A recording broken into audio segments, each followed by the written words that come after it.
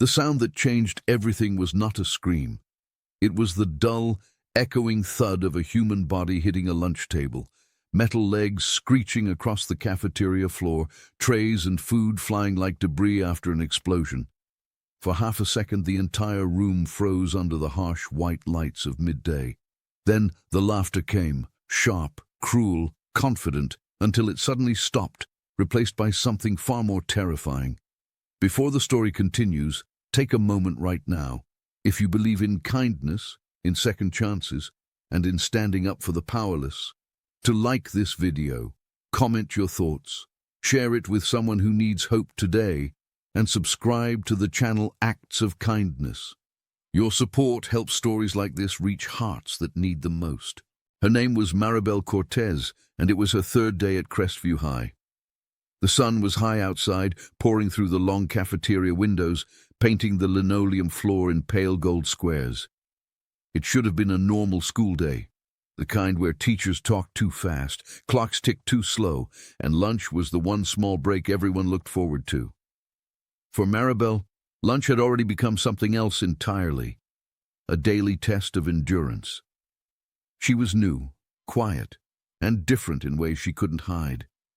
Her clothes were worn but clean, her accent faint but noticeable, her posture slightly hunched as if she had learned long ago to take up as little space as possible. She had chosen a seat at the end of the lunch table, near the trash cans, where the noise felt farther away. Her tray held a simple meal, untouched. She kept her eyes down, pretending to read the school schedule folded beside her plate. Around her, the cafeteria buzzed with life, students laughing, forks clinking, sunlight bouncing off juice cartons.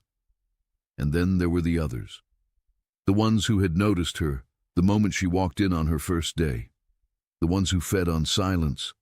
They came like a storm with no warning, a sharp shove from behind, the world tilting sideways, her hands grasping air. Then the table slammed into her back as she landed hard on top of it, the breath ripped from her lungs. Milk spilled across her shirt. A tray clattered to the floor. Someone's fries stuck to her hair. The laughter was loud now, echoing off the walls, and the word "new girl" floated through it like a brand burned into her skin. Maribel didn't cry at first.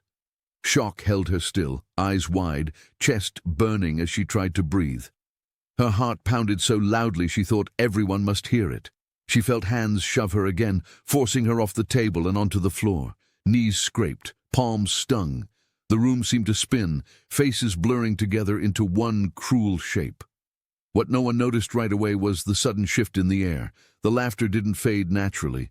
It cut off, abrupt and jagged, like a wire snapped under tension. Chairs scraped backward. A scream, not Maribel's, rang out. Then another sound followed, low and thunderous, carrying through the cafeteria like a warning siren. The school security doors at the far end burst open, sunlight flooding in behind a figure that did not belong to the careless world of teenage cruelty.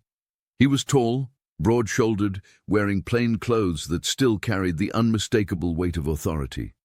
His name was Rafael Ibarra, though most would come to remember him by something else entirely. He had not come to the school looking for trouble. He had come to drop off paperwork for a volunteer program, arriving early, expecting nothing more than polite smiles and fluorescent hallways. What he saw instead was a girl on the floor, shaking, surrounded by overturned chairs and frozen students. Something old and dangerous woke up inside him. Raphael had grown up in places where bullies didn't stop at laughter, where silence could cost lives. He had buried a sister once, years ago, after no one stepped in soon enough. And in that bright cafeteria, under the unforgiving light of day, history threatened to repeat itself. He moved fast, faster than anyone expected. His voice cut through the room, not shouting but commanding, the kind of sound that made instincts take over. The students who had been laughing seconds earlier suddenly understood fear. Real fear, not detention, not suspension, the kind that makes your legs move before your mind catches up. They bolted. Trays crashed, shoes slipped on spilled soda as they ran, desperate to get away from whatever had just entered their world.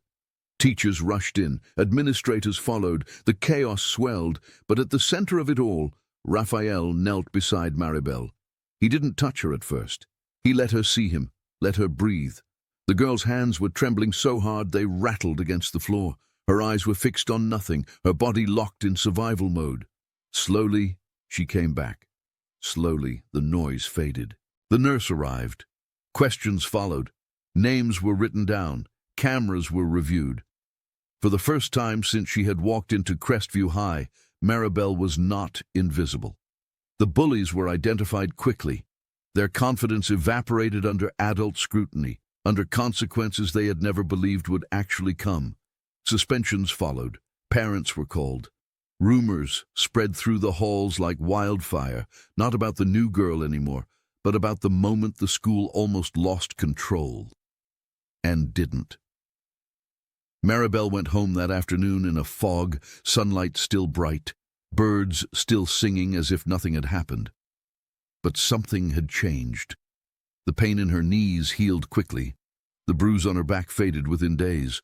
What lingered was something else entirely, a fragile awareness that the world was not only cruel, that sometimes someone ran toward the danger instead of away from it. The next morning she returned. The cafeteria felt different in daylight, quieter somehow. Heads turned as she walked in. Some students looked away, others watched with something like respect. She sat at a table near the windows this time, alone but not hidden. Her hands still shook, but she sat upright. She ate. Days passed, then weeks. A girl named Tamsin smiled at her in math class. A boy slid a notebook over when she missed notes. Teachers checked in, not out of obligation but care. Raphael returned once more, this time invited, speaking about standing up, about what happens when silence wins. He didn't tell Maribel's story directly. He didn't need to. Everyone already knew. For Maribel, healing wasn't loud. It was quiet mornings where the sun came through her bedroom window and she didn't dread the day.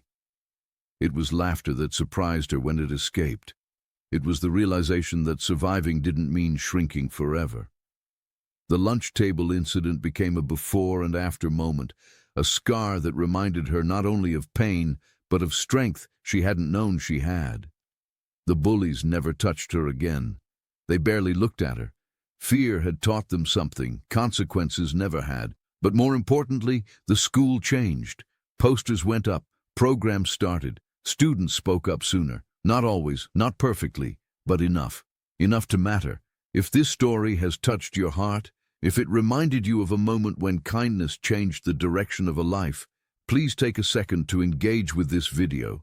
Like it, share it, and let us know your thoughts. Stories only live on when they are felt. And before the ending, a special request. Please comment where you're watching from, and one word that describes how this story made you feel.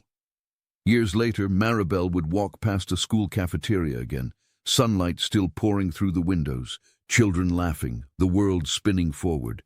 She would remember the day she was thrown onto a table, and the moment strangers ran for their lives, not because of violence, but because courage finally showed up.